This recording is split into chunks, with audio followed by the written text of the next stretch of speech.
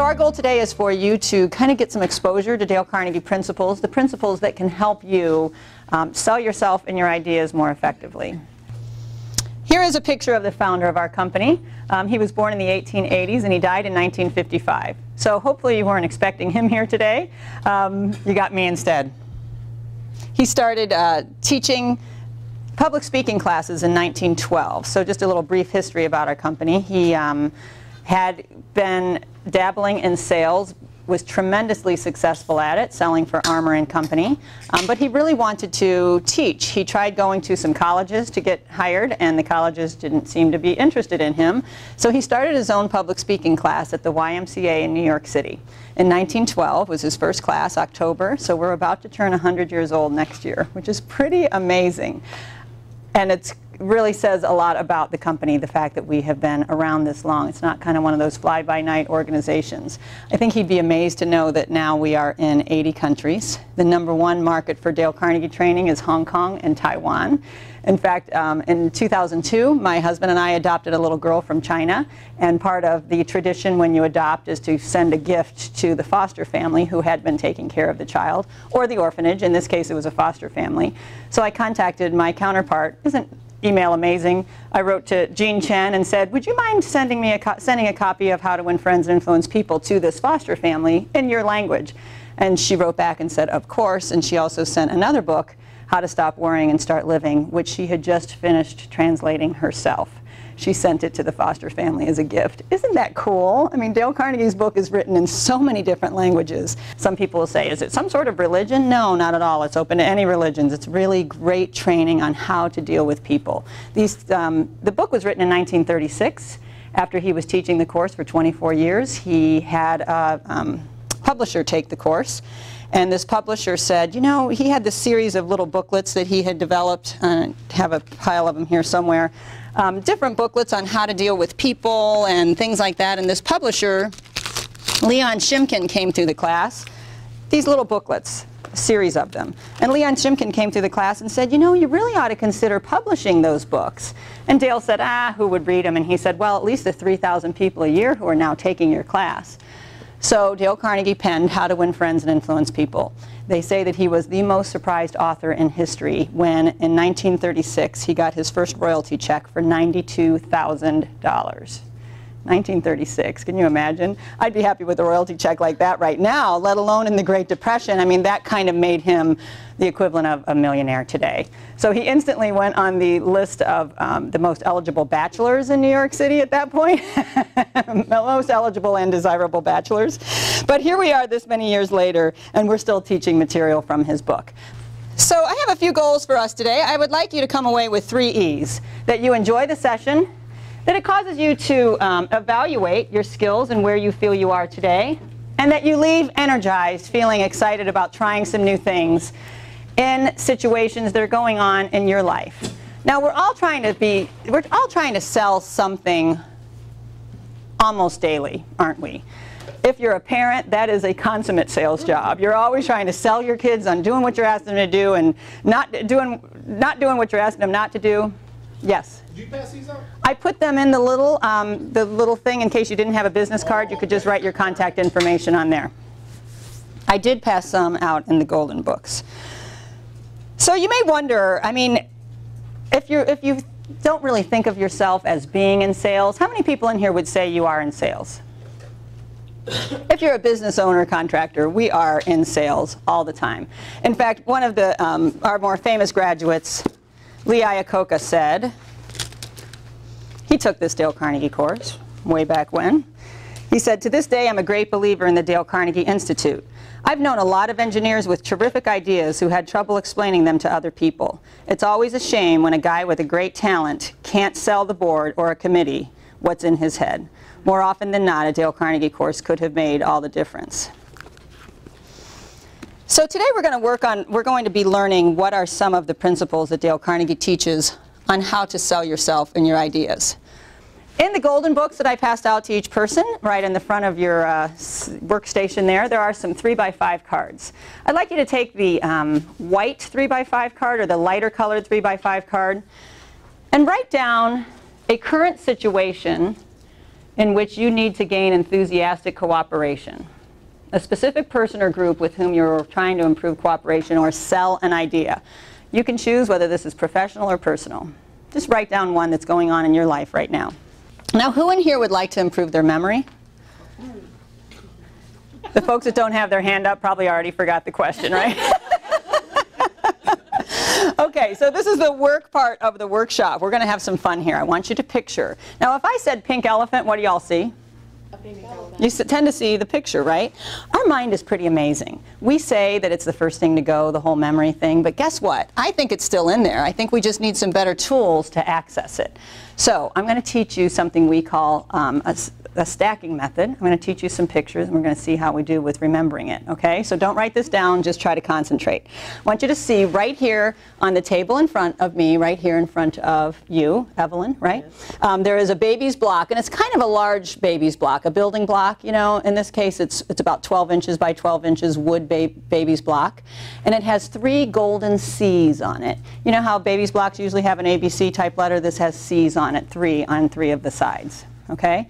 Standing on top of this baby's block is a beautiful crystal vase full of a dozen American Beauty red roses sitting on top of this baby's block. One of the red roses' stem is broken. It's kind of lopped over like this because hanging from it is a wanted poster. One of those Wild West wanted posters, kind of parchment, you know, real old looking, and it's got your face on it, and it says you're worth $10 million hanging on here. Okay, everybody see that picture? What was the first item on the table? On top of it? And? Very good. Okay. So as you look closer, thank you, as you look closer at this picture of you wanted, well, you see why. Because in the picture you have on a pair of boxing gloves. Those, you know, red, what's that company that makes the boxing gloves? They say on it. Everlast, yeah. So it says Everlast, red boxing gloves. And suddenly the picture comes to life. And you see what you did with those boxing gloves. You all, most people in the room are old enough to remember Mr. French. Remember Mr. French from the old Buffy and Jody? He's a butler. What more current show for you younger folks in the room would you, what butler? Is there a butler named Jeffrey on some TV show? Oh, yeah, from the Fresh Prince of Bel-Air. Yes. So there's a couple butlers. Okay, so what happened was you had these boxing gloves on and you hit Mr. French or Mr. Jeff, whatever his name is. You popped him in the nose. He fell backward like a Lipton iced tea commercial, straight down to the floor. Okay? Other old folks in the room remember the Lipton iced tea commercials where they fell backwards. Donna, you don't remember that? Okay, so he fell backwards onto the floor, and suddenly running up to him was a friendly little puppy, because in his teeth he had some theater tickets that said admit 1 in his teeth, and this friendly little puppy comes running up to him and wants to steal the tickets. I know you're looking at me like I'm crazy. You're thinking, how long am I in this workshop for? Okay, what was the first item on the floor? Trust me, you're going to remember these on the table. The block? 3 C's. The 3 C's, thank you. As much detail as you can remember. On top of it? 12-inch wood block vase with 12 roses, red roses. Uh-huh. One is limp because it has a one. Thank you. You know, if you say it out loud, you'll be more likely to remember it. And what's hanging from it? One poster. And who's on it? And what are you worth? Okay, and suddenly it comes to life. Who'd you bop? Jeffrey or the butler, right? Okay, and what's he got in his teeth? Tickets to theater tickets. Uh-huh, very good. And then who comes running up to him? A friendly A friendly little puppy, right? He's wagging his tail and he's trying to get those tickets out of his mouth. Okay, you guys doing all right so far? Yeah. A few more additions to this picture. So this puppy has on a collar, and for his dog tag, it's a sign that says yes, yes. Okay? Now, munching on the puppy's, the tail of the puppy, there is a set of those wind-up chattering teeth, and it's trying to bite the tail of the puppy. It's kind of hanging there from the back. I had a set, but I think I failed to bring them with me. Now, screwed into the back of the chattering teeth, there is a light bulb, and it's flashing off and on. No, on and off, on and off. This light bulb. On top of the light bulb, there's a little miniature tripod, and it has a telescope. And if you look through the telescope, you see Abraham Lincoln, Honest Abe Lincoln, at the end of the telescope. All right, how you doing so far? You getting lost? Okay, what's on the table? A block, 12-inch wood block with black roses. Okay, what's on top of it? Crystal. Uh-huh. Okay, lopped over.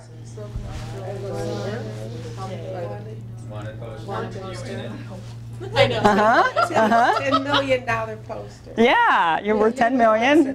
That'd be nice. You got boxing gloves on. What kind? Everlast. What color are they? Red. Very good. Who do you hit? Mr. French. The butler, right? Mr. French. And what's he got in his mouth? Theater tickets. Who comes running up? A little puppy. Yep. And what's on his collar? Yes, Yes, yes. yes. And what's on his tail? Cheddar teeth. And what's screwed with a light bulb? What's it doing? Flashing. Flashing on. I don't know if that's got a tripod. Very good. Well, I even like the action. Thank you. You remember that part? Thanks, Sharon. And what's standing on the light bulb? Telescope. And who's in it? Abraham Lincoln. And there's only one more picture to add to this. You guys think you can remember? A sympathy wreath is hanging from that telescope, around that telescope, okay, with Abraham Lincoln, Honest Abe. Okay, you guys ready for the work part? Everybody please stand and find a partner. Let's find a partner you don't know very well. How would that be? Okay. Somebody you don't necessarily work with. So maybe this side needs to come over here because you all don't know. You all kind of know each other. We don't want to be with somebody we know real well that we work together with. So, or you two can just switch right there. Oh, we're good. Yeah, you want to go? You two didn't know each other before, right? So you're good on your side, okay? Everybody have a partner? Okay, one of the two of you put your hand up. Point to the other guy and say, you're going first. Now, have them go through that list of objects, starting with the baby's block. Only coach them when they get stuck. See how they do, kind of test your ability to remember it all. Okay, please begin. All right, so how'd you do? Did you do better at this than you thought you might? Who had a partner who did really well at this? She did well. All of us. Okay, I think the first hand I saw up was yours. And who was your partner? I'm sorry, what is your name? Diana? Diana, I have a challenge for you with a big Boffo prize. You think you can, would you mind standing and going through that list of items? You think you could do it backwards? She did well. I bet you could. You can even stay seated if you want. Let's see how you do. Go backwards. Mm-hmm. Okay. Abraham Lincoln is what you saw through the telescope that had the wreath on it, Okay. that was sitting on top of a light bulb that's flashing off and on, that's attached to the chattering teeth, Mm-hmm. that has a hold of the dog's tail. Very good. His tail. Yep. Mm-hmm. Who's trying to get the tickets from the butler, and his collar has yes, yes, and the butler's laying on the ground, and he's laying on the ground, and he has admit 1 tickets in his mouth. Very good. I punched him onto the ground with red Everlast gloves, boxing gloves, and that picture of me with those on is on the Help Wanted $10 million sign that broke the stem of the 12 dozen red roses that's in the crystal vase. I can't talk without my hands. You're doing great. On top of a wooden children's block with 3 gold C's. Wow. Give her some appreciation. Okay, so I have a Hershey's chocolate bar because I've been teaching kids all week. So there's your big Boffo prize, Diana. Woo, chocolate! If I would have known chocolate was in it, thank you. No, I'm curious. Did you have your hand up as somebody who'd like to work on their memory? Yes. How'd you do with that? Were you surprised? You did pretty well. That was about 9 or 10 totally unrelated objects. Now, part of this key of this stacking is how the objects are attached together. You know, instead of just, you know, well, remember a baby's block, and then remember a crystal vase of roses, and then remember a wanted poster. We have them all interrelated so you can see the picture together. Now, it's a little wildly exaggerated, yes, but that's kind of what makes it stick, right? So keep this in mind when you're teaching kids, particularly, or teaching anyone how to remember something. It's possible to use this stacking method. Now, we have created a memory stack for the first 13 colonies in the order in which they ratified the Constitution. If you'd like to hear that, I'll teach you that. We have one for the first 21 presidents. Those are some we've created, but I've had many students who have created their own memory stacks for how to remember a sequence of things they need to do, or their grocery list, something like that. So, if you did better than this, better than you thought you would, put your hand up. If you really don't care, put your hand up. You're thinking, what the heck did I just learn that for? If everybody would please take out this little golden book that I put in front of you. This is yours to keep. And inside, if you turn to the first inside cover, there's that picture of Dale Carnegie. Now, it used to have a picture of him in a suit and tie. We kind of joke that this is our Abercrombie and Fitch picture of Dale Carnegie. What you can't see is that he's holding 2 dead pheasants because he's pheasant hunting, but they cut that part out, fortunately. There he is in his little sweatshirt. Okay, turn to the next page, and you will see principles from how to win friends and influence people. Now, what I just taught you are some memory pictures to help you remember some of these principles. What was the first item on the table? A block, right. And what does it have on it? 3 C's. Right. Evelyn, would you mind reading out loud number 1? Don't criticize, condemn, or complain. Thank you. Underline those C words to remember that we just learned a baby's block with 3 C's. Now, it's also a baby's block because it's sort of foundational to what Dale Carnegie teaches. Now, you've probably heard of Dale Carnegie as sort of a rah-rah, sis-boom-bah kind of course. We don't teach to be fake, but we do teach that you can look at many of life's circumstances 2 ways, kind of the glass half full or the glass half empty. I actually worked in an advertising agency downtown Cleveland before I started working with Dale Carnegie. It was called Griswold, and it was one of the 4 largest agencies in town. A few heads are going up and down. You heard of it, remembered it. I will stand before you and tell you that the reason that agency closed its doors in 1996 was because of a very negative person they hired to run the creative department. I'm not going to name names. I don't even remember what his name was. He was from Michigan. He came there to run our creative department. He was a bad egg. He started just bringing people down. He complained about everything. He criticized our people and what they wore and if they were fat or skinny, or he was just unbelievable. And you know what? The leadership didn't do anything about it, and they let him continue to run the creative department. So guess what happened? Good people started leaving, taking with them good accounts, because nobody wanted to work with this guy. He was really, really just one of the, biggest complainers and whiners I had ever heard of. He complained about our clients all the time. Well, guess who pays the bills? You don't want to be complaining about your clients. So I would say that he just spread negativity through our company, kind of like a cancer. Good people left, they took with them good clients, and the agency closed its doors. It had been around since about 1911, I believe, and closed its doors in 1996. Rob Falls ran Falls Griswold Advertising, which was a PR firm next door. And he said it was one of the saddest days when the construction crews came through with big bins to throw out all the stuff from Griswold, because now a bank was taking over this space. And they were throwing away beautiful crystal awards that Griswold had won, international advertising awards that we had won, that were just going in these garbage bins. It can really be a huge detriment to your company if you let negativity creep in. So I actually have this one as my first slide, or the first most important principle up here, because I think if you are trying to sell yourself or sell an idea, don't be that kind of person. The most positive people are the ones that people want to do business with. I had the advantage of working for Walt Disney World one summer when I was in college, and I had worked in retail before, back in my high school and college days. In fact, Jamie Hart, who was supposed to be here, was my boss at Jean Nicole retail store at Parmatown Mall way back when. She was on the list but didn't show. And I knew that people could be really negative working in retail, always complaining. Have you ever gone up to a cashier and said, "How are you today?" And they say, "I'll be better in 20 minutes when I get to go home."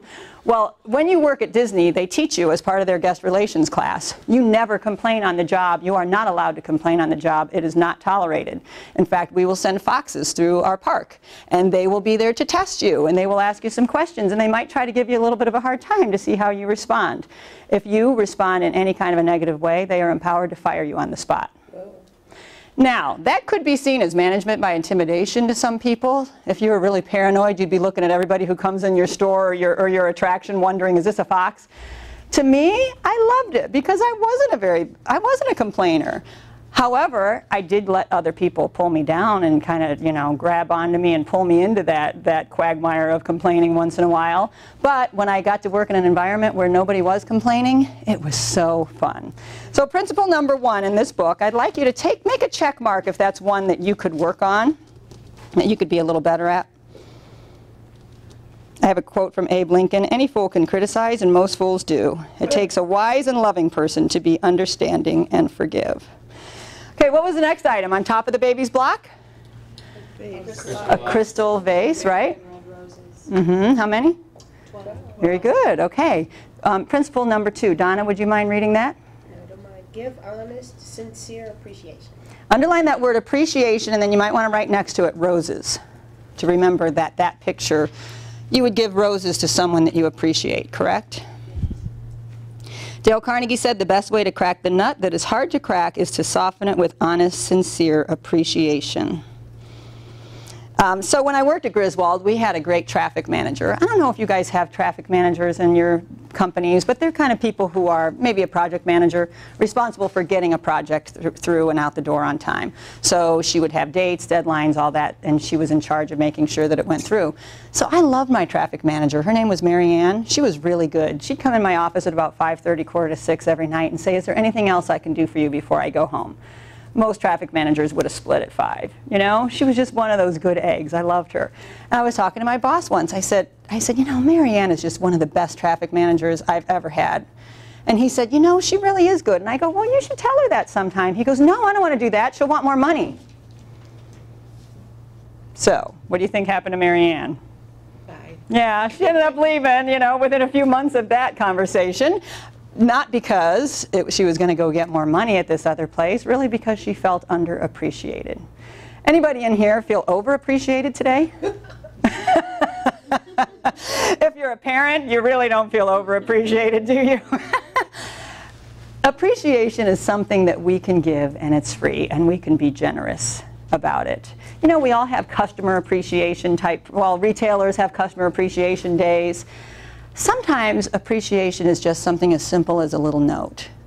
If you're selling yourself and your ideas and you have a customer who bought what you sold them, a little note just saying thank you so much. It means so much. It means the world to me that you're doing business with us and we'll do our best to fulfill your expectations. Something like that.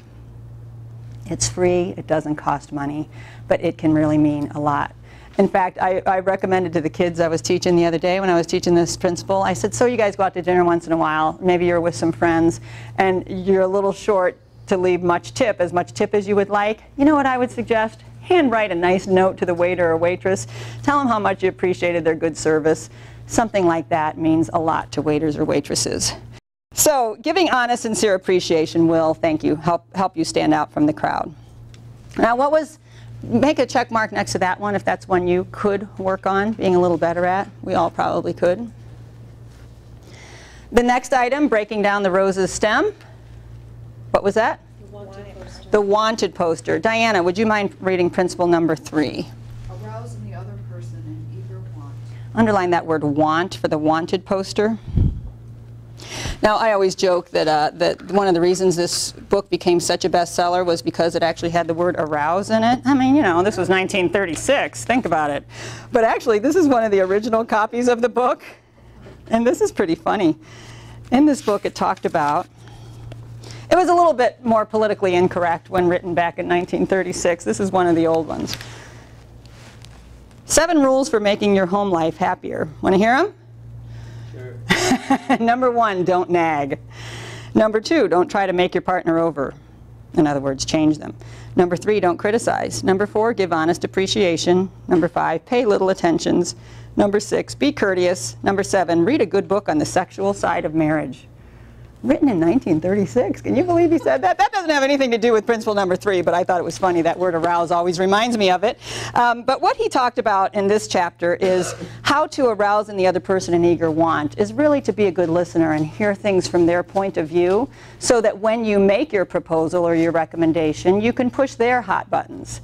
Really, the magic in learning to see things from the other person's point of view can help somebody be a great salesperson if they're able to try to get into their head and ask more questions. Typically, salespeople come in and just start spraying and praying, you know, telling everything their company can do for somebody and really not asking all the questions that they ought to. I had a window salesperson in one of our old homes. I had a house built in the 30s in Rocky River, and it had those old beautiful lead windows, you know.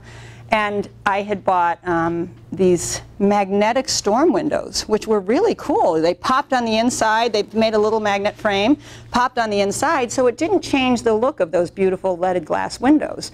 Well, I was in Michigan trying to find the same thing. The guy who, you know, is a contractor who makes those up here, I obviously doesn't go all the way to Grand Rapids, Michigan to make them for you, so I was trying to find the same thing, so I invited a window salesman to my house. Well, he brings in his binder, his sales binder. Folks, if you have a sales binder, I would highly recommend you consider coming through the Dale Carnegie sales course so we can teach you how to use it.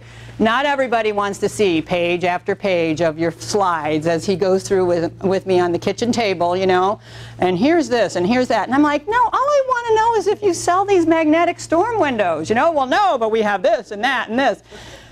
So that's what we suggest, is that you really try to ask more questions and learn more about what your client wants or needs, and then you will be able to arouse in them an eager want. There's a cute story written about, I think Ralph Waldo Emerson wrote it, it's inside Dale Carnegie's book, about a boy and his dad, farmer, were trying to get the calf into the barn.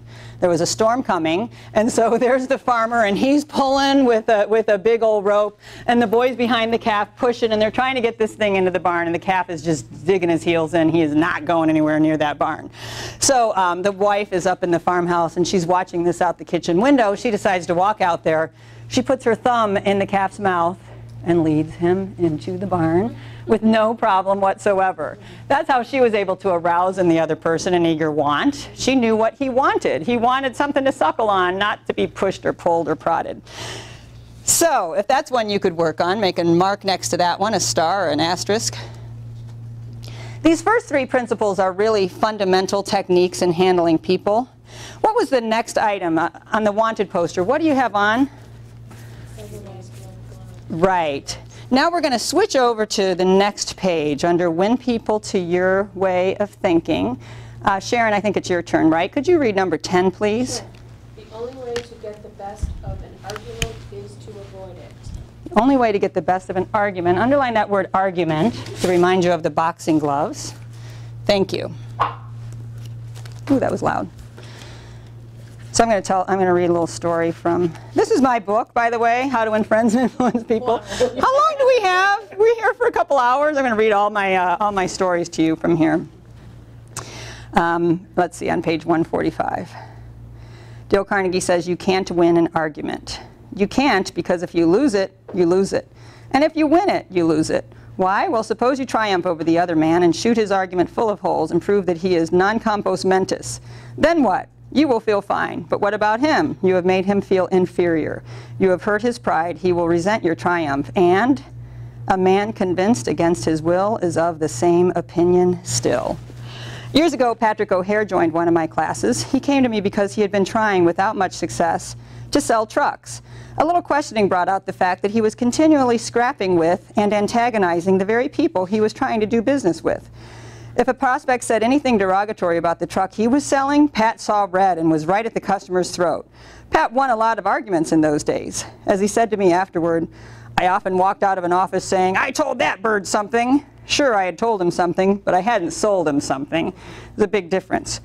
My first problem was not to teach Patrick O'Hare how to talk. My immediate task was to train him to refrain from talking and to avoid verbal fights.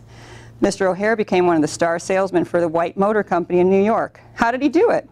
Here is his story in his own words. If I walk into a buyer's office now and he says, what? A white truck? They're no good. I wouldn't take one if you gave it to me. I'm going to buy the Who's It truck. I say, well, the Who's It truck is a good truck. If you buy the Who's It, you'll never make a mistake. The Who's It's are made by a fine company and sold by good people. Then he is speechless. There's no room for argument. If he says the Who's It is best and I say sure it is, he has to stop. He can't keep on all afternoon saying it's the best when I'm agreeing with him. Then we get off the subject of the Who's It and I begin to talk about the good points of the white truck. There was a time when a remark like his first one would have made me see scarlet and red and orange. I would have started arguing against the Who's It, and the more I argued against it, the more my prospect argued in favor of it. And the more he argued, the more he sold himself on my competitor's product. As I look back now, I wonder how I was ever able to sell anything. I lost years of my life in scrapping and arguing. I keep my mouth shut now, and it pays. So if you have any sales folks, estimators, people who are going out there representing your company, and they like to argue, I would really recommend you have them read this chapter in How to Win Friends and Influence People. Not saying that any of you folks are arguers, but I think at this point in your careers, and the season of life you're in, we've come to realize that arguing really doesn't end up helping much in the long run, does it? Doesn't help us to get our ideas across. Dale Carnegie says there are much more powerful and effective ways to get your ideas across. Ben Franklin said, if you argue and rankle and contradict, you may achieve a victory sometimes, but it will be an empty victory because you will never get your opponent's goodwill. Okay, the next item. So where are we? Let's see. You had boxing gloves on. And who'd you hit? Mr. French. Mr. French, who is somebody who shows respect, right? Butlers tend to show respect. Is it Richard? Richard, would you mind reading the next principle, please? Number 11. Number 11. Show respect for the other person's opinion. Never say you're wrong. Underline that word respect, and you might want to write the word butler next to it. Thank you, Richard. Kind of goes hand in hand with the principle right in front of it. The only way to get the best of an argument is to avoid it. But showing respect for the other person's opinion by never saying to them they're wrong. I have a dry cleaner. I live in Bay Village, and there was a dry cleaner who ran great coupons. And I used to go to her because I liked the coupons. They were, you know, it was one of the best deals you could get. So one time I walked in and only half of my dry cleaning was done, and she said, I'm sorry, it wasn't all done on time. We had a little bit of a problem at the shop. Please come back tomorrow and it should be done, you know, after 5. So I didn't get back there the next day. I didn't get back there until like Monday. And so I went in and said, you know, I'm here to pick up the rest of my dry cleaning. Well, this was a different person. This was actually the owner. I had been working with another person who worked there. The owner goes on the computer. She goes, no, go home and check your closets. It says that it's been picked up. And I said, well, I picked up half. You know, I was trying to explain on Friday, half of it was done. It wasn't all done, you know, so I'm here to pick up the other half. She goes, no, my computer says the other half was picked up too. Go home and check your closets. That's how she talked to me. And I said, oh, okay. And I'm thinking, that's strange. I don't know how that happened. So I called my husband on my cell phone. Honey, by any chance, did you pick up the dry cleaning? Now, in 16 years of marriage, the guy has like picked up the dry cleaning maybe twice. Well, this happened to be one of the times. He said, oh yeah, I forgot to tell you, I stopped by and picked up the rest yesterday.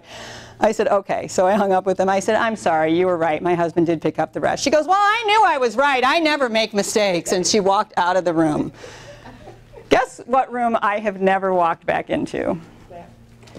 I mean, I was just teed off. I'm like, do you have to talk to me like that? Couldn't she have handled it a much nicer way? Something like, well, our records show it was picked up, but do me a favor, go home and check your closets. Give me a call if it's not there, and I'll look into it. We do make mistakes sometime.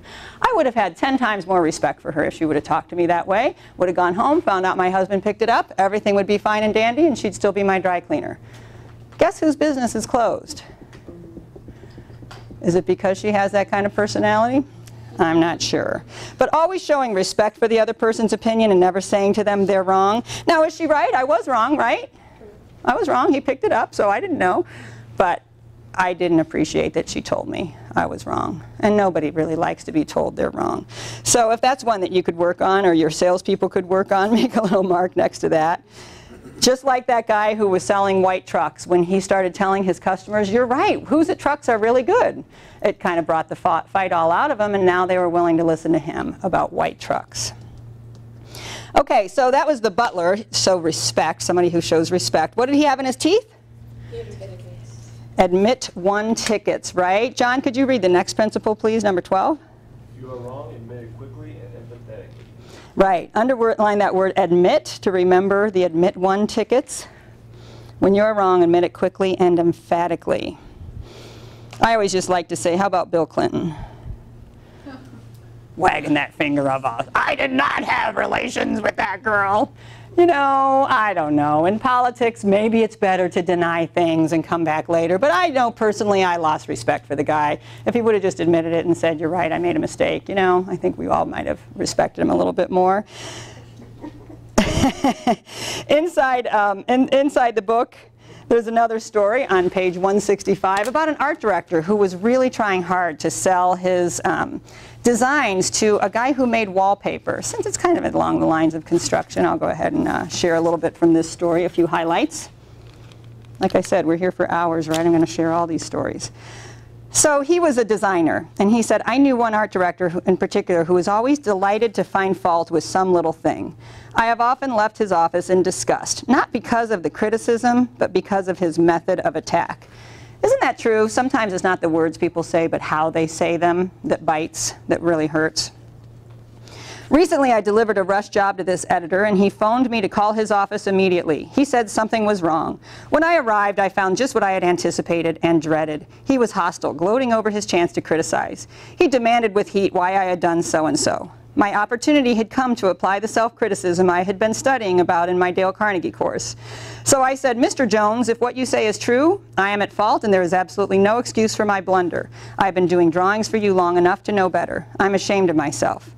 Immediately he started to defend me. Yes, you're right, but after all, this isn't a serious mistake. It's only, I interrupted him. Any mistake may be costly and they are all irritating, I said. He started to break in, but I wouldn't let him. I was having a grand time. For the first time in my life, I was criticizing myself, and I loved it. I should have been more careful, I continued. You give me a lot of work, and you deserve the best, so I'm going to do this drawing all over.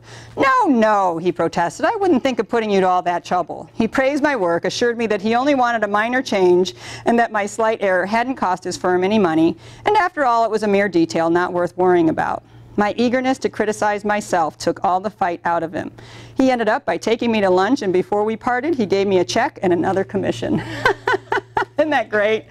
I love those kind of stories. There's so many of them in here. It says there is a certain degree of satisfaction in having the courage to admit one's errors. It not only clears the air of guilt and defensiveness, but often helps solve the problem created by the error. So if that's one you could work on, put a star next to that one. Okay, so where are we in our stack of pictures? I think I'm behind on up here. That was if you were wrong, admit it quickly and emphatically.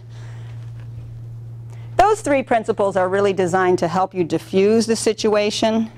Sometimes when you're trying to sell something, there is going to be an air of, what's the word I'm looking for? When they're leaning toward wanting to go, an adversarial relationship. And so it's just a way to diffuse the situation when you go in, trying not to argue, showing respect for their opinion and admitting when you're wrong. You know, because oftentimes we go in to meet with someone, Evelyn, would you mind putting your hand up? And we start pushing, and they start pushing back. I didn't say push back, but you did, didn't you? Because it's our natural reaction. It's our human nature, too. When someone starts pushing us, we push back. So here are some ways to diffuse that situation so it doesn't feel like you're being pushy. Okay, so who comes running up to the guy with the tickets? A friendly little puppy. So Bob, would you mind reading the next principle, number 13? Begin in a friendly way. Begin in a friendly way. Underline that word friendly. Thank you. So instead of coming at them with your fists high, coming at them in a friendly way. And this is where we teach in our sales training how to build rapport with your customers, how to build a relationship. Because you know, when things are equal between you and a competitor, a customer is going to end up going with the person they like best. People buy from people. And even when things aren't equal between you and a competitor, maybe your price is up here and theirs is down here, if they like your representative more, they're going to want to do business with you. And before they just buy from this other person, they're going to give this guy, they're going to give you an opportunity to change your price. And then who's in the buyer's seat? It really ends up being you. You get to decide if you're willing to come down. And isn't that kind of sales euphoria? When you get to be the one to decide whether you're going to do business with this company? A lot of it comes down to the likability. People will buy from people that they like. So beginning in a friendly way and having a friendly demeanor when you go in is just a great way for anyone to sell. I recently had a guy from Bassett Sprinkler. You guys know Bassett Sprinkler? Anybody hear of that company? They make the kind of sprinkler systems that will go inside a building for fire control. And he had a young guy that was great in estimating and doing the jobs, but he just didn't know how to build that rapport with people. And he was rubbing their customers the wrong way. And he sent him to one of our courses, and he wrote me the nicest letter back. In fact, I need to put it in this so I can read it. The nicest letter back saying, I cannot tell you what that $1,600 investment has done for this young man. The course has already paid for itself, just in his new ability to see, to meet with clients and be more positive and build rapport with them and build relationships. So beginning in a friendly way is definitely a great way to start working with a customer. In fact, I do have a funny little story. So I got a nasty letter once from my pediatrician. It was this letter that was written by some sort of third-party billing company saying, "You are in arrears. If you do not pay the amount due immediately, you're going to be sent to a collections agency." I was like, wow, what do I do? How much do I owe? I don't know about this. And it said the amount due is $10. It was my $10 copay from taking my son to the doctor a few months before. Now, I had never gotten any kind of invoice from my pediatrician, so I was shocked at this letter and a little PO'd. So I sat down to write a letter back. Now, this is what I started to write. "We were surprised and disturbed by the letter we received from your medical group last week. Upon receiving your letter, I was offended by the derogatory tone and implications made therein. We have been a patient of comprehensive pediatrics for about a year, and I have referred others. Although I do now remember one time that a billing person was so busy, she said, 'We'll just bill you.' I have not received any invoice from your group prior to this offensive notice." I was mad. Could you tell? "The reasons we were disturbed by your letter? Your letter is worded as if you had previous communications about this, and I do not have record of or recollection of ever receiving an invoice. I was just there 2 weeks ago for my son's earache. Why didn't the billing person, upon checking out, simply say, 'Mrs. MacAskill, do you realize you have a $10 balance due?' I would have cheerfully paid it. Are you really willing to risk arousing resentment and offending a good patient with good insurance over a measly $10 balance, which was obviously an oversight, by sending a very poorly designed and worded collections letter that should be reserved for your most delinquent and criminal patients? A friendly phone call would have been much more effective." Boy, did I feel good after writing that. Now, don't we kind of do that sometimes, though, with email? Man, somebody sends you an email blast or something, and you just blast back at them, you know? And sometimes you hit send, and it feels so good. And then afterwards, you're kind of like, oh, shoot, maybe have some sender's remorse. Does that happen to anybody besides me? You know, fortunately, because I've read Dale Carnegie's book many times, as you can see, I've read about Abraham Lincoln, who was very good at reading and rereading letters before he sent them. Now, this was obviously in the age before computers. He was handwriting them. And if he decided he didn't like the tone of something, he would go back and handwrite it. And they said upon his death, they found many letters in his drawer that he had never sent, because after reading them, sleeping on them, he had time to overcome that emotion that he might have felt at the time. So I slept on my letter, and the next day I wrote it a little nicer. I decided to begin in a friendly way. "We have been thrilled with comprehensive pediatrics. We love the doctors, the staff, and even the waiting room and excellent service we receive whenever we are there.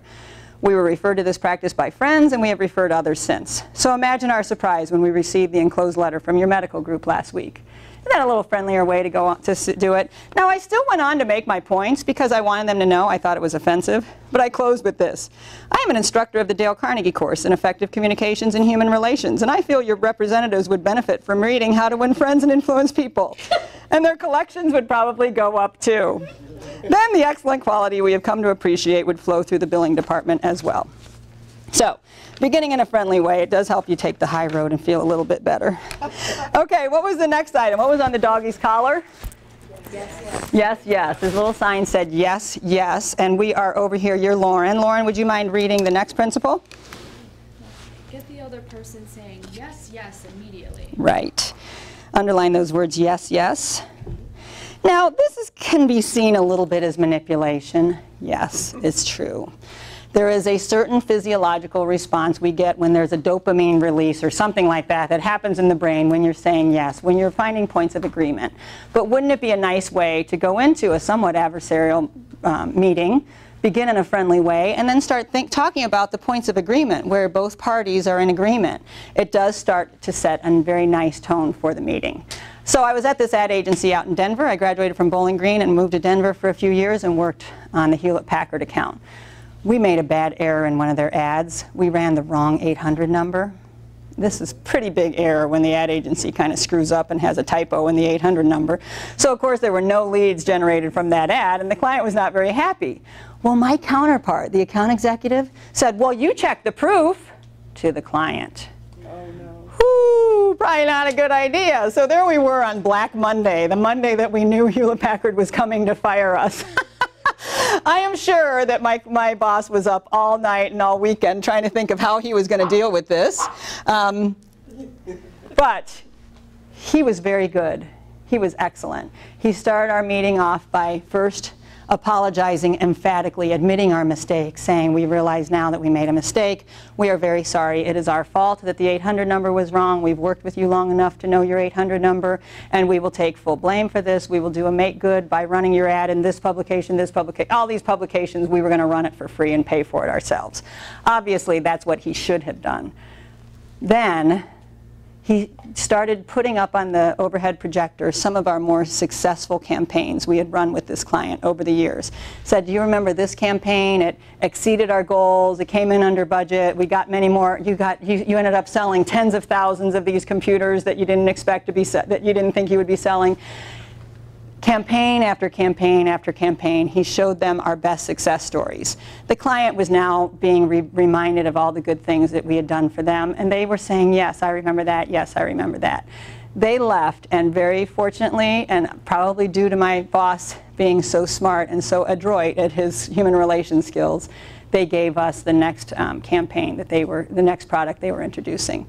And our relationship continued with them. Thank goodness, because that had been that agency's client since the beginning of that agency's doors opening. And they would have really been in a bad place if they would have lost them. So getting the other person saying yes, yes is another great technique that if that's something you could work on, put a star next to that. Now, what was on the dog's teeth? What was on the dog's tail? I'm not awake today. Evelyn, can you read to us number 15, please? Let the other person do a great deal of the talking. Underline that word talking to remind you of the teeth.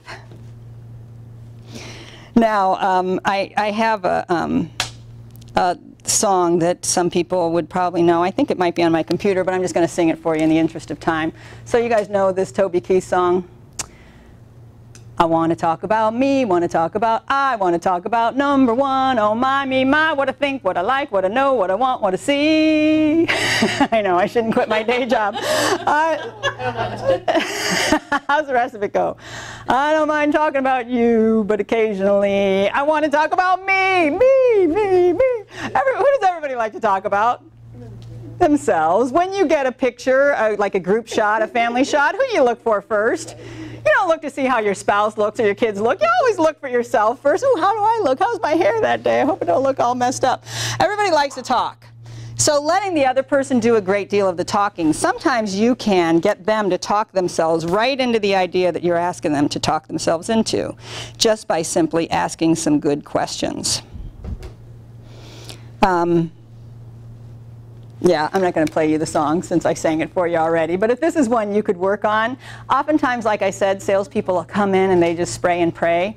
Can we be better at getting the other person doing a great deal of the talking? In our sales training, not that I'm here to pitch a course to you or anything, but it would probably do some of your folks a world of good to go through it. In our sales training, we teach them to brainstorm a lot of questions and to bring in a series of questions that they would like to ask a potential customer before they do business with them. Customers love to talk about themselves, their business, how they got into this line of work. Just asking them a lot of questions will help build that rapport, but will also help the salesperson discover where their hot buttons are. What are their primary motives, what their buying motives, and other interests, things that need to be part of the deal as you write it back to them. So that's a principle that I think we all probably can work on a bit, including myself. What was the next item? Screwed into the back of the chattering teeth is? A light bulb. A light bulb. Donna, could you read number 16, please? Yes, let the other person feel that the idea is his. Underline that word idea to remind us of the light bulb. Now, I had a boss at a small ad agency where I used to work out in Willoughby called 2nd Street Advertising, and you guys might know the Maroose Brothers Construction Company. This was owned by their sister, Sue Maroose Cato. Now, Sue wouldn't mind, I don't think, if I told you this story. She loves her own ideas and doesn't like other people's ideas so well. So we had a freelancer who worked for us, and the freelancer, admittedly, was coming in late regularly. Finally, Sue said, you know what, I'm done with you. You can't keep working with us because you know, her work habits were poor. So she fired her. However, I had a client who loved this freelancer. They loved her work. Everything, their entire campaign and branding strategy had been designed by this freelancer, and they were going to be crushed to find out that we didn't have her working with us anymore. So I had to figure out, how am I going to continue this relationship, you know? So instead of going in and saying, Sue, we still need Patsy for this project that we're doing for such and such campaign, instead I decided, you know, I had learned that she kind of needed it to be her idea. So I went in and started asking her some questions. And I said, what do you think we should do about, I think it was Lincoln Electric, what should we do about this Lincoln Electric idea? You know, this campaign that we're working on for them, we've got this big project due. And she said, oh, who was the art director on that? Because we did have other freelancers that worked with us. And I said, it was Patsy. She goes, oh, let me think about that. I said, okay. So I left. I didn't say, how about we hire her? If I would have, it would have killed the idea, and I had learned this about her, so I left. A few hours later, she came by my office, and she goes, you know what I think? I decided to go ahead and call Patsy and see if she would still be willing to work with us on this one project, because I know how much that client loves her. Did I get credit for that idea? No. Do I care? No. I wanted my client to be happy, and that's really ultimately what it comes down to oftentimes. And you all are seasoned enough to know that many of your good ideas have been implemented and you didn't get credit for them. Is that okay? Sometimes. Obviously not every time. You do want a little credit along the way. And if you're a boss, you want to make sure your people are getting credit for their ideas. But sometimes the only way to sell somebody an idea is to let them think it was theirs. So put a star next to that one if that's one you could work on. Where are we now? I start getting lost after I get beyond about number. Thank you. Okay, so that was the idea. What was on top of the light bulb? Telescope. A telescope, right? And where are we now? Is it Sharon's turn or Richard? I forget. Who's reading? Diana, sorry. Could you read number 17, please? Try honestly to see things from the other person's point of view. Remember who was in the telescope? It was Honest Abe Lincoln. So underline that word honestly, and seeing things from the other person's point of view.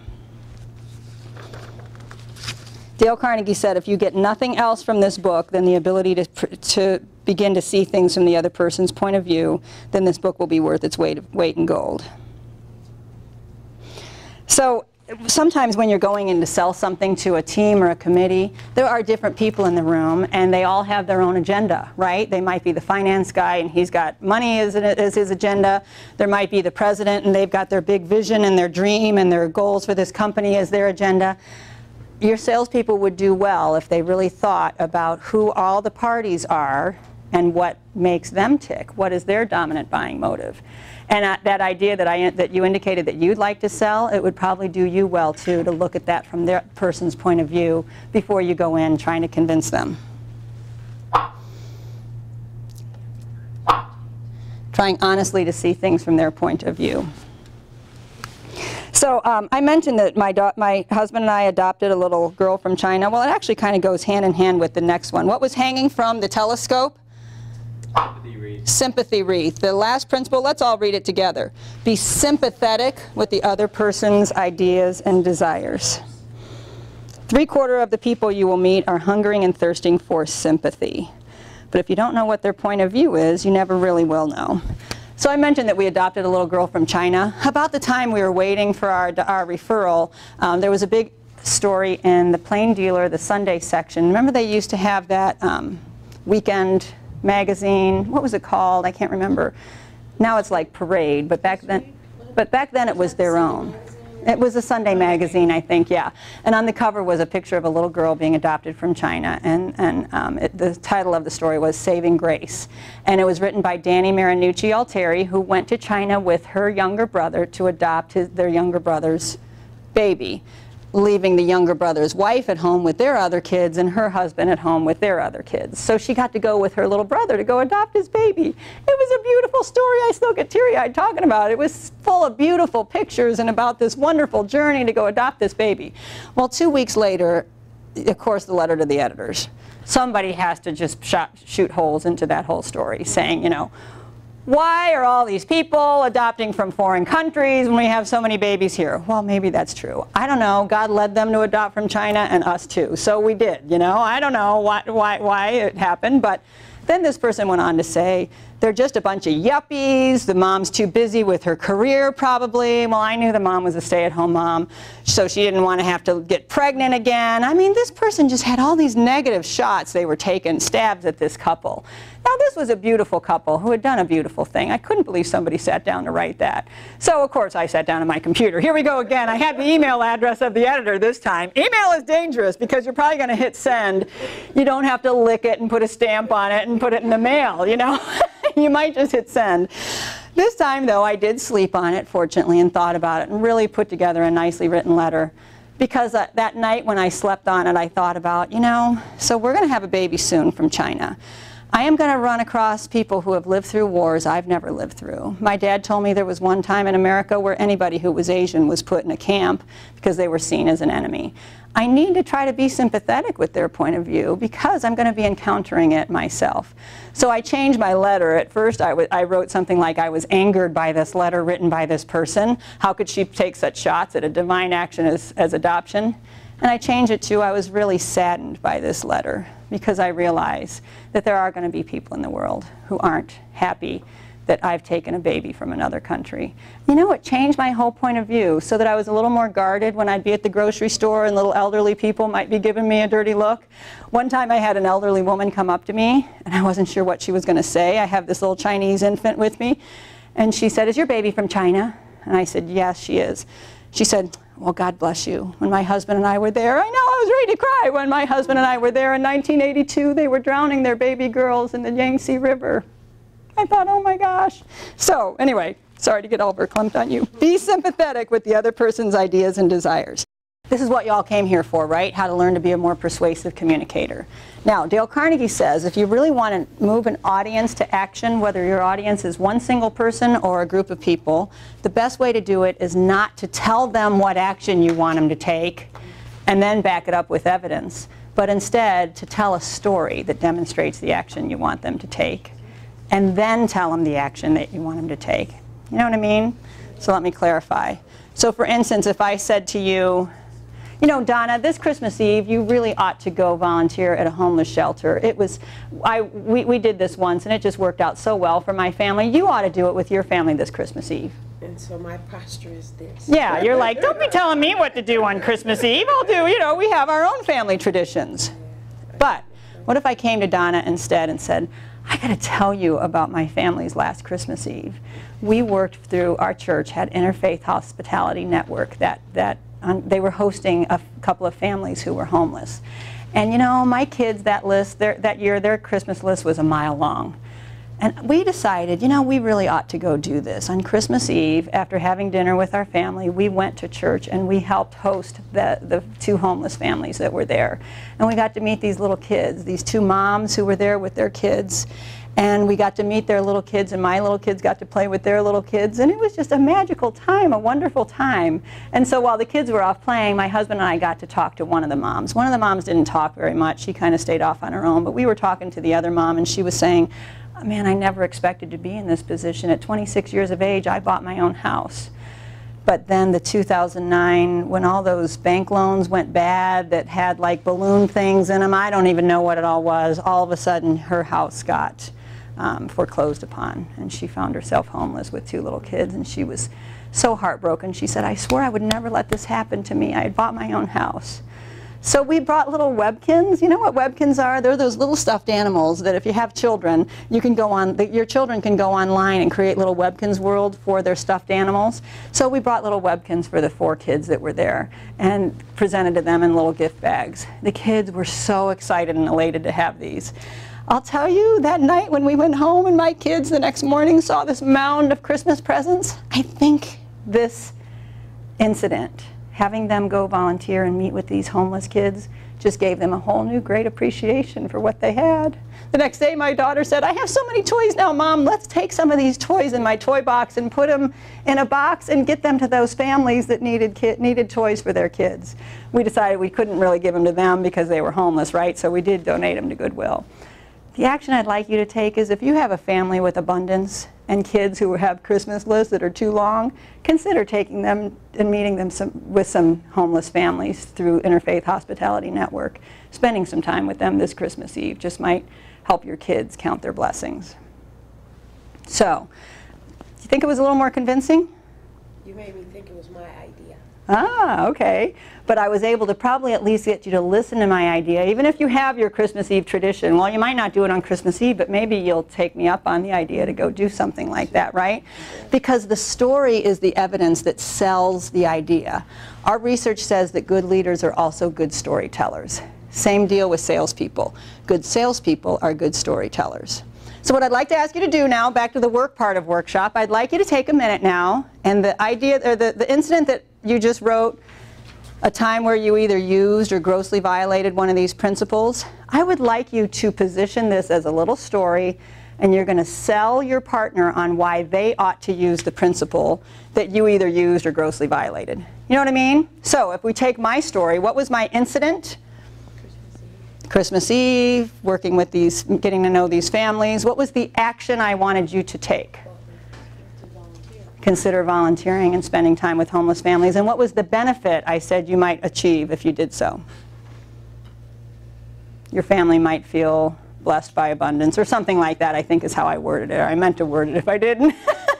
So this is what we call the magic formula. Dale Carnegie says to start with your incident, start with your story, and then close your story with the action you want your partner to take and the benefit they will receive if they do so. This is the WIFM in sales. What's in it for me? WIFM. What's going to be in it for them if they take the action you're recommending? A lot of what we'll do in the Dale Carnegie course, those of you who aren't familiar with it, we have a class on communication skills. That's the one we're most famous for. Week after week after week, we have our participants giving 2-minute talks. Because the typical person only gives you about a 2-minute time window to get your point across, and by then, and if you're talking to high school kids, whew, Allison and I know, they don't even give you 2 minutes, they give you about 30 seconds, right? And they're on to the next topic. And so we teach that you do need to articulate your idea by telling a nice crisp story full of some action and some color, and take us back to that incident, and then closing with the action and benefit, so that they have a nice formula for how to deliver a talk and how to persuade an audience to action. So that's, hopefully today was sort of a fun taste for you of what Dale Carnegie training is about. I hope you leave some energized with some new ways to handle things. In fact, if you'd like to take a minute, the colorful card that I gave you, I'd like you to make a commitment to one of these principles that you read through today that you feel, gee, you know what, I could probably be a little better at that. For me, it would probably be showing sincere appreciation a little bit more. I think we all probably could do that. Write out that principle on your colorful card. Please write out the principal number and the words to the principal. Thanks for being here today. I hope you enjoyed it. And maybe see you again. In the meantime, if you would please turn those in, I'll turn it back over to Allison.